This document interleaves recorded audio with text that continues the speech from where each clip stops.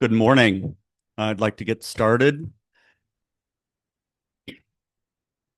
Welcome to First Friday Breakfast Club. I'm Byron Huff, FFBC president. My pronouns are he, him, his. At this time, I'd like to offer any new FFBC attendee to introduce themselves.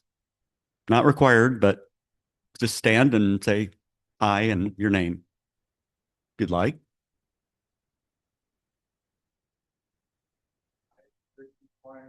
Over a year, I work at Pappajohn as the director of Princeton Art, and I was invited by Rachel Gulick. So thanks for having me.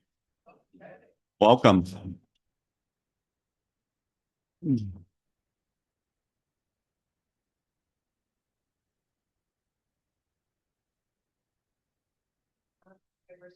also on the LGBTQ nonprofit roundtable, so it's gonna try to be here.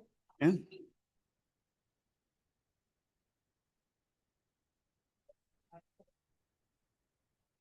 I'm coming. I heard a little bit, and I heard about it through our because I met the church company again, so she's glad I'm here and it's very good.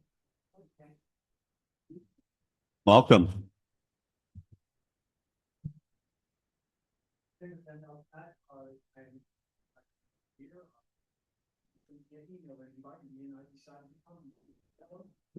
Well, we're glad you did. Welcome.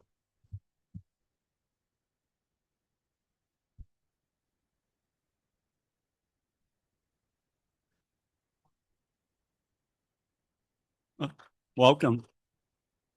Lots of new people.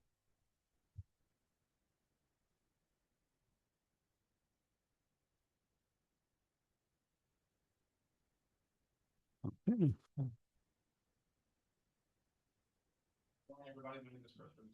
I sell real estate here in Des Moines. I've lived here for about 3 years. I was originally raised in Ames, Iowa, and moved down here 3 years ago after taking care of my father. So, okay, welcome.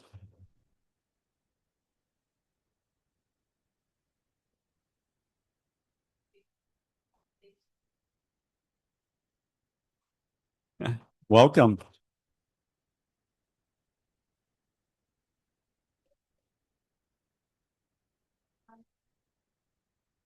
I just prepared on Friday for education. Oh, wow. Congratulations on retirement. I have no regrets. It's been 5 years. Okay. Well, welcome. Gosh, so many new people and a great turnout. So FFBC is an association of LGBTQ plus individuals and their allies formed in 1996 and is a 501c3 entity making your contributions tax deductible. On the screen, oh, it's not up there now. Well, on the screen, there was a logo up there for our 30th anniversary created by Wade Peterson. He's become very talented in his retirement. Since 30 years, well, educator, 30 years, FFB has awarded over $550,000 in scholarships annually to high school seniors who have done significant things to reduce homophobia and educate on LGBTQ issues in their schools and communities. We awarded $23,000 scholarships at our June meeting last year. The scholarships are awarded regardless of gender, gender identity, sexual orientation, or other protected characteristics. That's all thanks to many generous donors who recognize FFBC scholarships are important to help exceptional young students reach their higher education goals. I hope you'll consider a donation for this year. Coming up June before you know it. The deadline for this year's scholarship will be April 30th. We send 2 emails a month, one for the meeting, one for the newsletter. If you're not on the list, there's a form at the front desk, or just let someone know and we'll get you added. Copy deadline for the newsletter. If you haven't read it, read it. It's great. Wade does a great job with that. We put a lot of events of other organizations. There's a lot going on, especially as we approach June, Pride Month. The copy deadline is February 23rd if you have an article you'd like to submit. Be sure and follow us on Facebook, YouTube, and new Instagram. We're on Instagram. Someone said that's where younger people go. So, I don't go there. I guess I'm old, but I'm going to try. I have an account. I just never look at it, but I'm going to try. We just set it up like less than a month ago, and we already have quite a few followers. So 120 already. I don't know if that's good or not, but it's a good start. Okay, and announcements. I know Wes was going to make a brief. Wes, there you are. And who else? You're gonna okay. Good morning, everyone. I'm Wes Mullins. I'm the executive director at Capital City Pride. And just a couple of quick things I want to highlight for you. The first and probably the most important is that next Saturday, not this weekend, but the following, is the annual Pride Gala and Awards. I'd love to have you join us for that. It's at Prairie Meadows. There's some folks that are coming from FFBC, so talk to Ken and Wade. They can help you get connected to that. But a spoiler that our organization of the year is FFBC, so they'll be receiving the award. Yeah. So we thought it was really important to honor the work that FFBC has done over 30 years and celebrating over $500,000 of scholarships that have been given to the community. The other thing I really wanted to highlight is our storytellers. This one is really, really important to me. So I'm telling about it everywhere I go. So it's April 23rd. It's a little bit away still, but we have partnered with Iowa Juneteenth Observance. I always want to call it association. The Iowa Juneteenth Observance to do a special storyteller night of queer and Black voices. And so we're calling it at the intersection of Black and Proud. And I really hope that you will look that up on our website and come and hear those stories because I think they're really important. Thanks. Thank you, Wes. Yeah, it's really quite an honor that we're being awarded. And I was surprised when I got the call. I'm like, oh, we actually just on a whim, like we're at the board meeting. Well, we should apply for that. I think we could maybe stand a chance. So it was really wonderful. I can't attend. We're going to be traveling, but there will be a contingent of board members at that event. So hope anyone here, if you haven't looked, get a ticket to go. Rachel.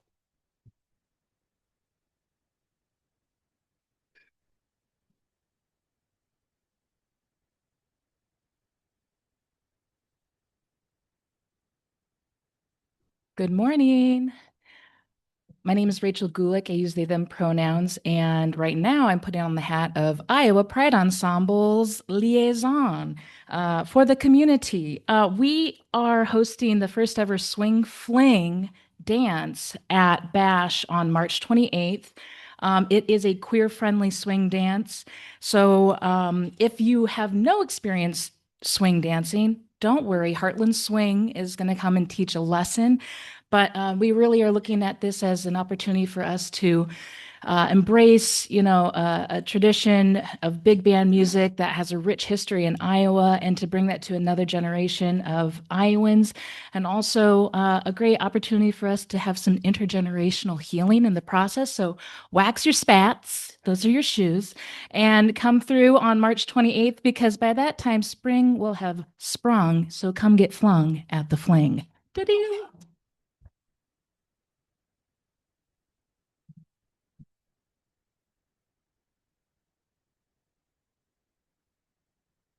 Hey, Rachel is always very enthusiastic. Even bright and early in the morning, she's an inspiration, right? Okay. I think that's all the announcements. No one else told me they did. Okay. So Capital City Pride and actually the LGBTQ Roundtable, which I'm also FFBC is a member of that group that meets once a month. We've created a community calendar. And lots of organizations are putting things out there. Encourage you to look at it. We have a link on our website. Capital City Pride also does under resources. Encourage everyone to submit their events to it. And we hope that calendar will help organizations kind of plan, because we get too many things that are, it's inevitable, but you have more than one, and you have to pick which one you can attend. Our next board meeting will be this Tuesday, the 10th at 6:30 p.m. Members are welcome to join if you'd like. And now Rachel will introduce our speaker.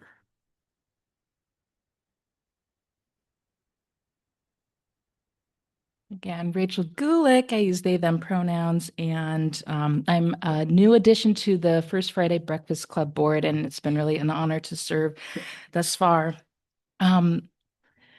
Dr. Kelly Baum has served as the John and Mary Pappajohn Director since 2023. Dr. Baum leads the Art Center in furthering its mission to provide opportunities for transformational art experiences through its collections, exhibitions, and educational programming. Dr. Baum came to Des Moines from the Metropolitan Museum of Art in New York, where she served in multiple roles with a focus on art, education, and scholarship. Dr. Baum has worked as a curator of modern and contemporary art for 25 years, holding positions at 4 civic and university art museums, the Metropolitan Museum of Art, the Met, Princeton University of Art Museum, the Blanton Museum of Art at the University of Texas at Austin, and the Museum of Fine Arts in Houston. Dr. Baum holds a Ph.D. in art history and an M.A. in art history, both from the University of Delaware. She was a class of 2018 fellow at the Center for Curatorial Leadership.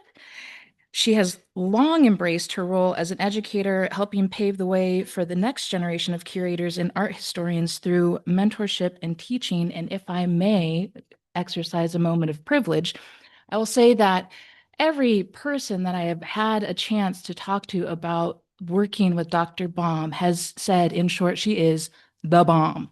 So from her leadership style to her mentorship, and also I will say that in the past 3 years, I don't think I've been to the Art Center more than in the past 39 years of my life.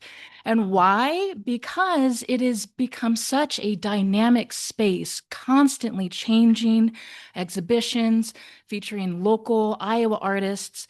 I mean, I could go on about the Furieli Baez and the current exhibition up right now with Maria Lasnig is incredible. Henry Pear. I encourage you highly to go check out the Art Center because it's always a good time for art. Okay, so make time, break time at the Art Center. Please help me welcome Dr. Kelly Baum.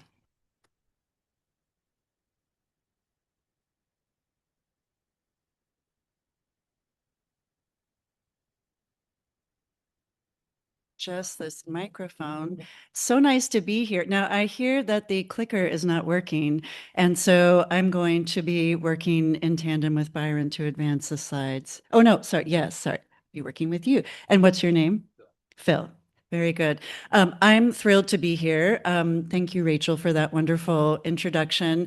There's nothing that makes a director happier than a full parking lot, and the parking lot at the Art Center is often full. I am now parking down at the very bottom of the hill to make room for all of our guests who are flooding our galleries during the week and on the weekends. So would you please advance the slide? This is an introduction to me. So I arrived in Des Moines almost exactly 3 years ago. My 3-year anniversary will be May 1st of this year. I was lucky to work at museums around the country before arriving at the Des Moines Art Center. I was in Houston, I was in Austin, I was in Princeton, and then I was at the Met for 8 years. I've organized a number of exhibitions. I was trained as an art historian. About 2018, 2019, I began to think about my next step. I'm a very curious person. I like to be on the learning curve. I like to have a natural growth mindset. The idea of leading my own art museum one day was suddenly very intriguing to me around 2018, 2019. Plans to move on and move up were interrupted by the pandemic. But after 2020, this was my goal. What is my next step? Where am I going to land? What is the best right institution for me? It turns out to have been the Des Moines Art Center. I did know of the Des Moines Art Center before arriving in 2023. I had actually borrowed art from the Art Center for exhibitions at the Met. That is how great the collection at this museum is. In fact, we just welcomed a wonderful painting by John Singer Sargent back to Des Moines after a world tour in New York and Paris. But I had never visited the Art Center before. I had never even traveled to Iowa. So that's a big step, leaving the Met, moving to Iowa, and also transitioning from curator to CEO. That's a very different job. What really put me over the edge was my very first interview with the search committee at the Art Center. The search committee consisted of trustees and honorary trustees. These were not individuals that I had ever met before. I did recognize the names: Amy Anderson, Pam Bass-Bookie, Mary Kelly, everyone on that committee. I had a Zoom interview with them in December 2022. And I remember calling my husband right after that meeting and saying to him, if they offer me the job, we need to think about this seriously. So it was really the combination of the institution, its excellent, extraordinary collection of art, the wonderful buildings. The architecture is truly exceptional. The history of experimentation and risk-taking in the program, the robust community outreach efforts that the Art Center had been engaging in for decades. And once I got the chance to meet the board, I was really hooked. Extraordinary people leading the Art Center currently and also in the past. So when they offered me the job in January of 2023, it wasn't hard to say yes. Would you please advance? What's the next slide? So this is the entrance to the Art Center, designed in 1948 by Eliel Saarinen. There's a lot to say about the history of the Art Center. We were preceded by a fine arts association that was established in the late 19th century, another extraordinary institution. It was hosting exhibitions, it was collecting art, and it was teaching art classes. The works of art that the Des Moines Fine Arts Association collected, many are very, very fine paintings and sculptures. They were given to the Des Moines Art Center when it opened in 1948. The Des Moines Fine Arts Association purchased paintings by the first professionally trained Black artist in the country, Henry Osawa Tanner, and that was in the early 20th century. George Gross, an experimental painter, German painter, fled Europe in the 1930s, landed in the US. He had an exhibition in Des Moines in the early 20th century. That's pretty extraordinary. And next slide. James Edmondson. The Art Center exists because of visionary civic philanthropy. James Edmondson died in 1933, and he left his estate, which was worth then about $500,000, to a future museum of art. That museum didn't exist yet. It was just a twinkle in a couple of people's eyes. Edmondson also understood that in 1933 his estate was had almost no value, and so he restricted this gift. He instructed that it should not be used until it regained its value. This occurred in the late 30s, early 1940s. And in 1940, a group of civic philanthropists, you'll recognize the names: Mandelbaum, Hubble, Kreidner, Coles, Noun, Huttenlocher. They got busy and they started to think about a site for a museum and also an architect. Next slide. What is the Des Moines Art Center? The Des Moines Art Center is not necessarily what you think it is. When I arrived in 2023, I realized that naturally, I'm not entirely sure what the Des Moines Art Center is. I spent a year learning and listening. I also realized that a lot of people in the community weren't sure what the Des Moines Art Center is. And I think that some of that confusion still persists. We are not just one thing. We are actually many things. We are an art museum, an art school, and a sculpture park. People engage with the Art Center in different ways. Some people know us as a school. Some people know us as a museum. Some people know us as the sculpture park. We are actually all three of those things. Next slide. Admission is always free. And don't take for granted free admission. If you visit a museum in New York, it will cost you $30, about $20 in Chicago, probably $30 in San Francisco. And that's the cost of a ticket just to walk in the door. Admission here is always free, and not just to our galleries, also to our exhibitions, also to the vast majority of our programs, free. Best artists in the world, we invite them to Des Moines. They speak in Levitt Auditorium, and it's free. We have been free since we were founded. I think there was a moment when we charged $5 for admission, but free is not free to us. Free to you, not free to us. So we fundraise every single year to protect free admission. Only 40% or so of museums in the country offer free admission, and even fewer than those offer free admission to special as well. Reopened our cafe in June of last year. We're partnering with Joe and Christina Logston and Lummi. This is such a special place, especially when the courtyard, when it's warmer, courtyard's open. This has been a really fun endeavor. Next slide. Let's see. We launched a new strategic plan in 2024, a new vision, mission, purpose statement, new values, 4 pillars to our strategic plan. Could you please advance? Our new purpose, and I will not read these. You can go onto our website on the About phase or About page. The 4 pillars of our strategic plan: be a welcoming home for all, bring the world to Iowa and Iowa to the world. This is probably my favorite pillar. Grow our revenue streams sustainably, and champion caretaking and stewardship. Next slide. Cosmopolitanism. This is a fantastic book by a scholar, Kwame Anthony Appiah.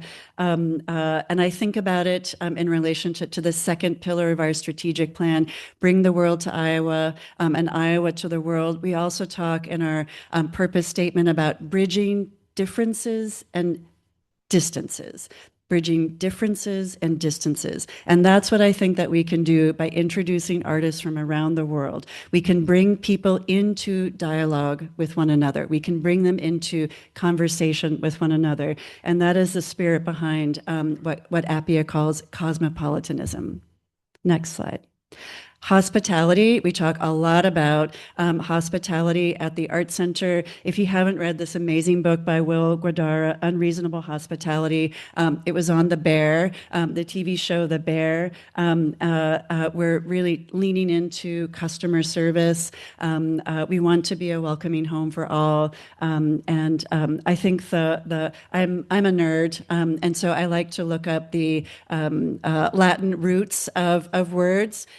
The Latin and the ancient Greek word. So hospitality comes from the ancient Greek word xenia, which refers to the custom of offering protection and hospitality to strangers.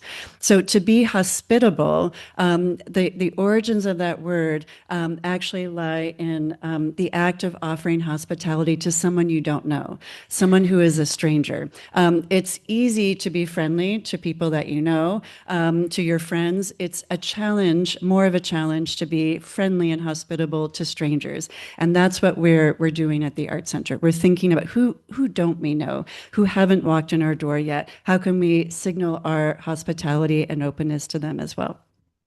Next slide. Art museum. We are an art museum. Next slide. We are home to a collection of 6,800 objects. 6,800 objects. That collection has been built over the last, actually not just 77 years, longer, because there are works in the collection that were purchased by the Des Moines Fine Arts Association. Every work of art that enters the collection is a result of an act of generosity from a donor. Our collection spans 3,500 BC all the way up to the present. One of the stars of our collection is this John Singer Sargent, painted in 1881, just came back from a world tour. Albrecht Dürer, we have a fantastic collection of prints, many thousand strong. Some of the earliest works on paper in our collection were made in the 1400s. Some of the earliest printed material in the world is in the Des Moines Art Center's collection. Next slide. The Henry Osawa Tanner that was purchased by the Des Moines Fine Arts Association, first Black, professionally trained Black artist in the country. The Brancusi, not even the Met has a Brancusi that's this phenomenal. It's in Des Moines, and you can see it at the Art Center for free. Actually, it's being conserved right now, so you cannot see it at the moment, but it's coming back in a few months. Next slide. Grant Wood, Iowan. He actually advised the Art Center on the design of its art school when it was under construction in the 1940s. We share this painting with the Minneapolis Institute of Arts. This is our wonderful Edward Hopper on view. It was on a stamp. It's that famous. Next slide. Georgia O'Keeffe, Henri Matisse. This Matisse is so important. It's one of his last paintings made before he moved on to cutouts. It is requested for loan all of the time by institutions around the world. Next slide. Art Gabriela Munter, it was the signature image for her recent retrospective at the Guggenheim Museum of Art. It was on the cover of the catalog. It was in merch in their store, and it headlined the New York Times review of her survey at the Guggenheim. This is our painting. This is Des Moines' painting.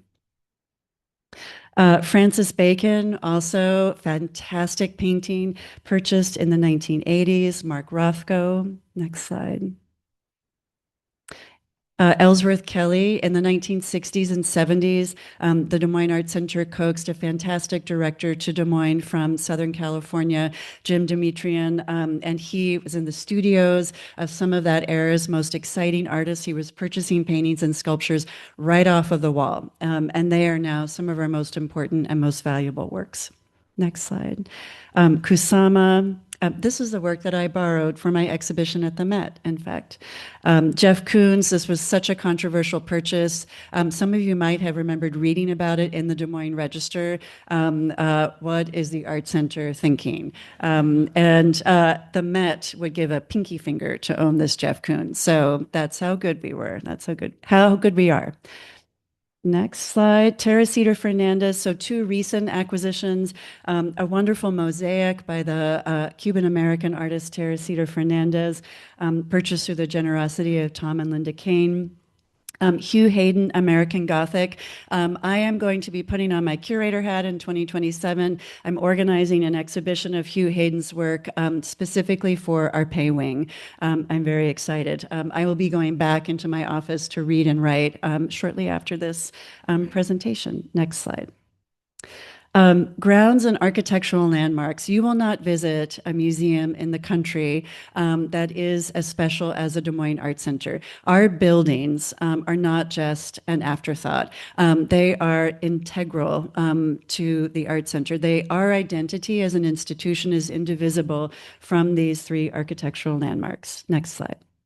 This is a Google view. We live in Greenwood Park. James Edmondson back in 1933. The other restriction on his gift, don't put the museum downtown. Too much smoke from coal. It's not safe for the art. And so the city pretty quickly identified Greenwood Park as our future home. Next slide. This building, designed by Eliel Saarinen, a Finnish-American architect, very fine architect who'd been working in the U.S. and the Midwest specifically for several decades.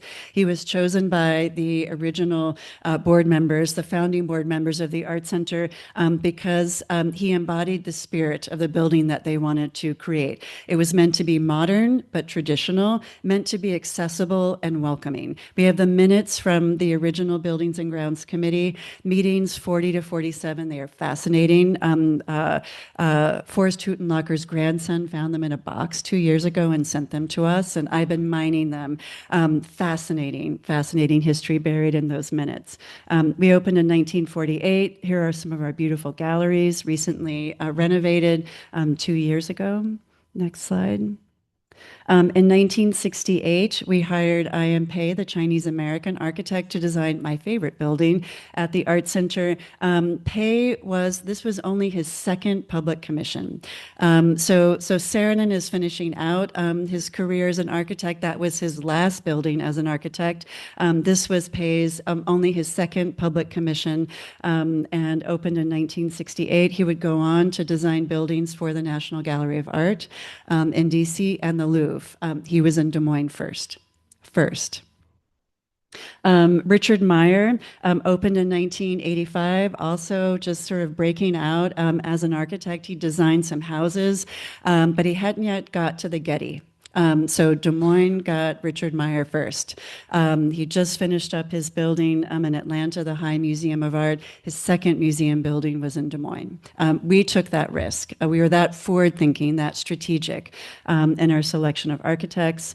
2009, you know this story very well. John and Mary Pappajohn, the city, Chris Hensley, Jeff Fleming, really, really proud to manage the Pappajohn Sculpture Park in partnership with the city.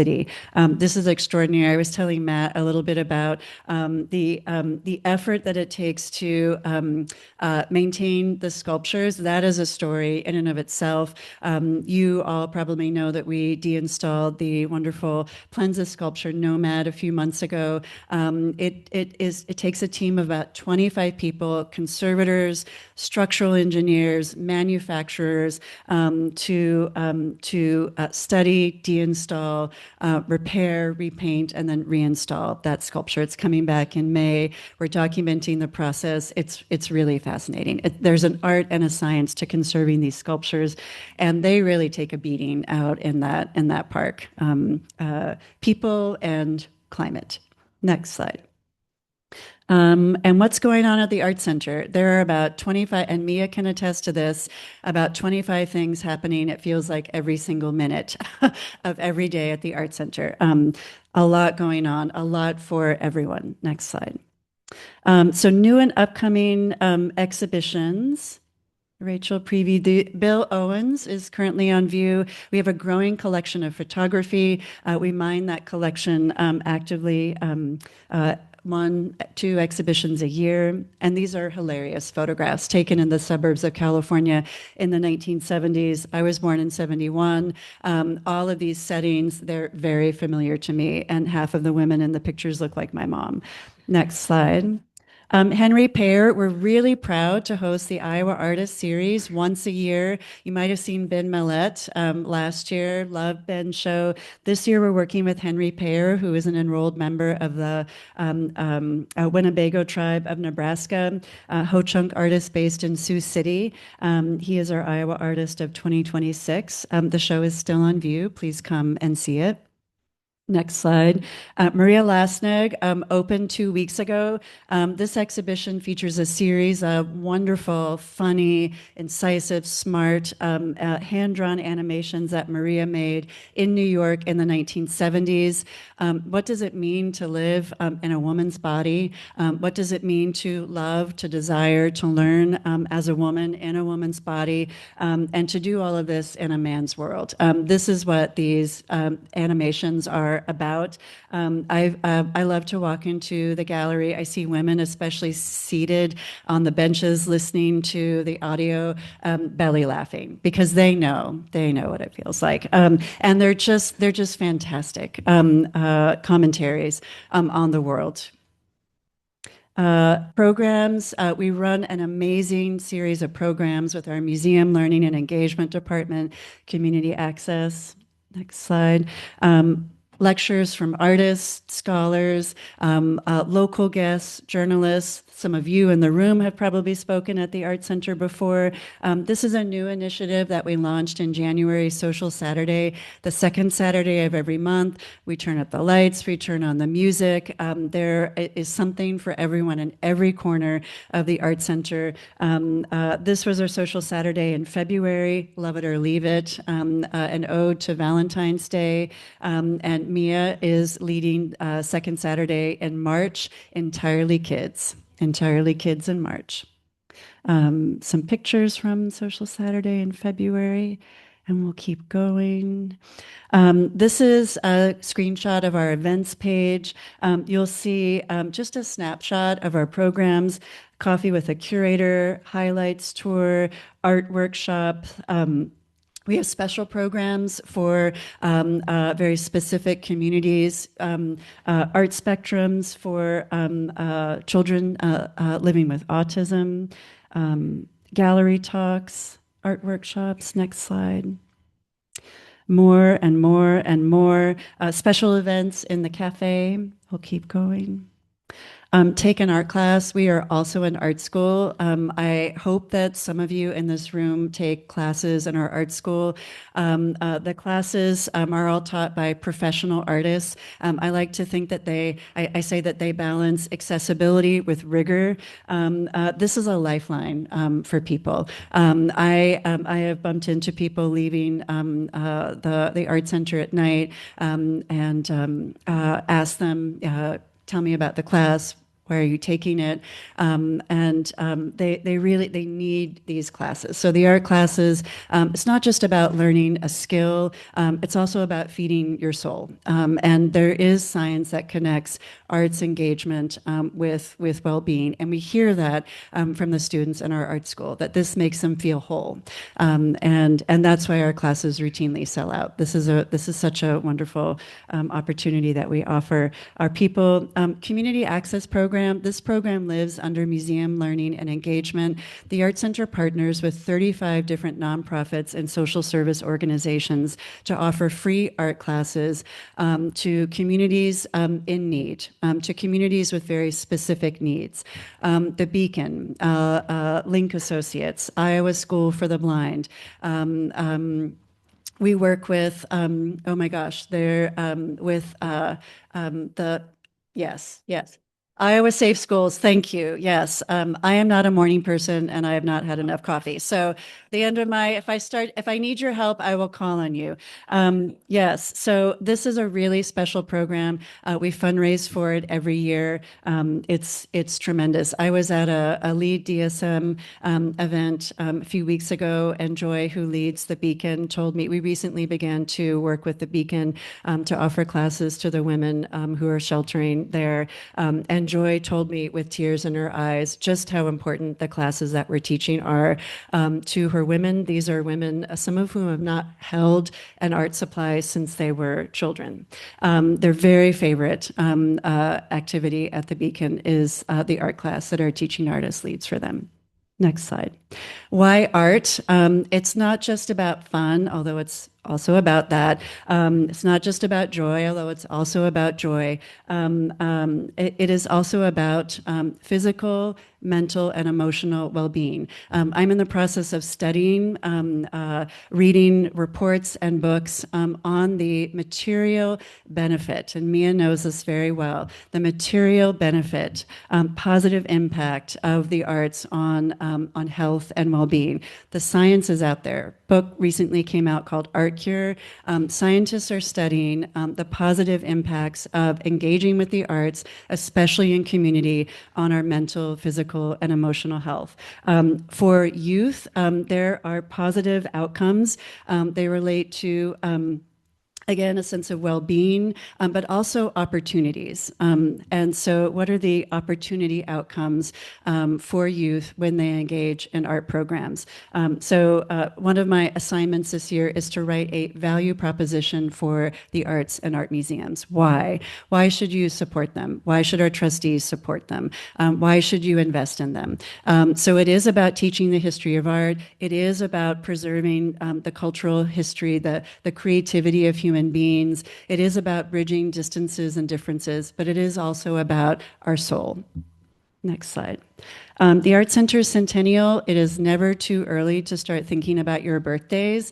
Our centennial is in 2048. I am engaged in long-term planning for the Art Center. I like to say to myself, what would my future self, what decision would my future self want me to make today for the Art Museum's director in 2048? So we should be making plans now. We should be making decisions for next year that are going to allow us to thrive in 2048. What does the city, the county need from the Art Center now? What is it going to need from us in 23 years?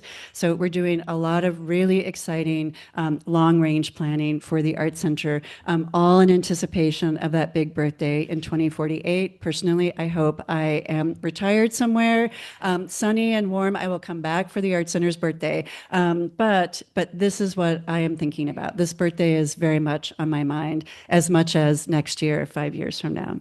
Do I have another slide? I don't. That's the last one. Thank you. I think we have time, Byron, for questions. Okay. Yes. Interesting hearing about your background as a curator, as a CEO. When Dr. Kelly Baum likes to get her hands dirty and have a release right now, what's your passion? Gosh, I would say I really enjoy yoga. Yoga keeps me centered, and I read. I'm a reader, so I have a stack of books on my side table, and I can only sleep if I read. And I spend a lot of time with my family and my dogs. Yeah. Mm-hmm. Oh, yeah. Then in the arts and the gallery, the Photos Club.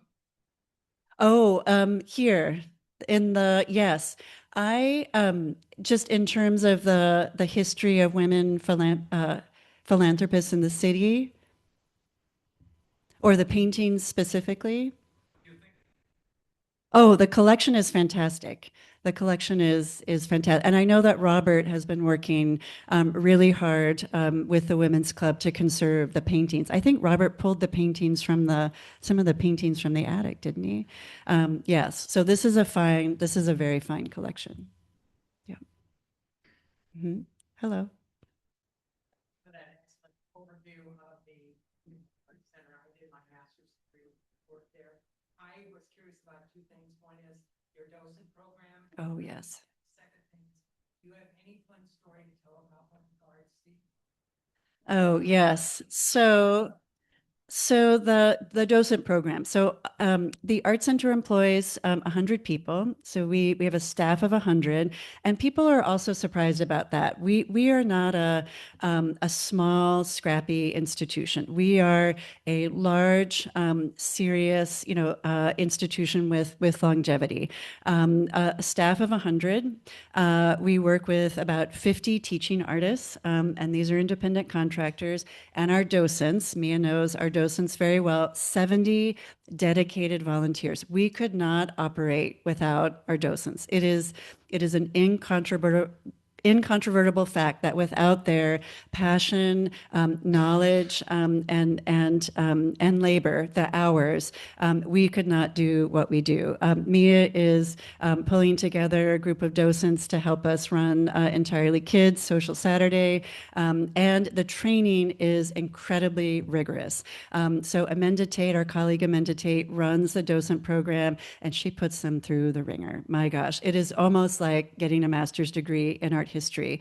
And they are also, they're the public face of the Art Center. They interact with our students, our teachers, our guests, and they embody the spirit of hospitality that we very much want to convey. And your second question, oh, the stories. So we have seen some misbehavior in the galleries. I'm going to share some stories from other museums. So the museum I worked at in Houston, does anyone know the art of Lee Bontecu? These sort of projections and so assemblages that project out, and they have hollow cavities. At the Museum of Fine Arts Houston, guests would throw things into the inside of the sculpture, so they would find, like rings and anyway. And then at the Met owns this really wonderful cutout, a freestanding painted sculpture by Alex Katz, and they are of figures. There is a cutout by Alex Katz at the Art Center. At the Met one day, the guards saw someone kissing the Alex. I have also seen someone at the Met embracing, and I understood, but then I also screamed. It was this beautiful, very sensuous marble, carved marble torso of a young man, Greek, ancient Greek, in the galleries of the Met. And I turn a corner and I see a man hugging the torso, and so I've seen some, and I've also seen, and actually I didn't see this. I've seen a picture. There was this wonderful picture. So a mom is standing in front of a nude bust of a woman with her infant, and the infant is reaching for the nipple of the sculpture. So yeah, the guards they can tell stories.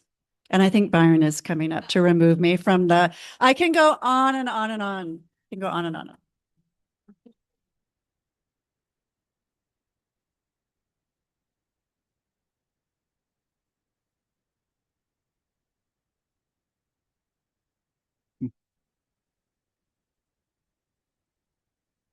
Okay.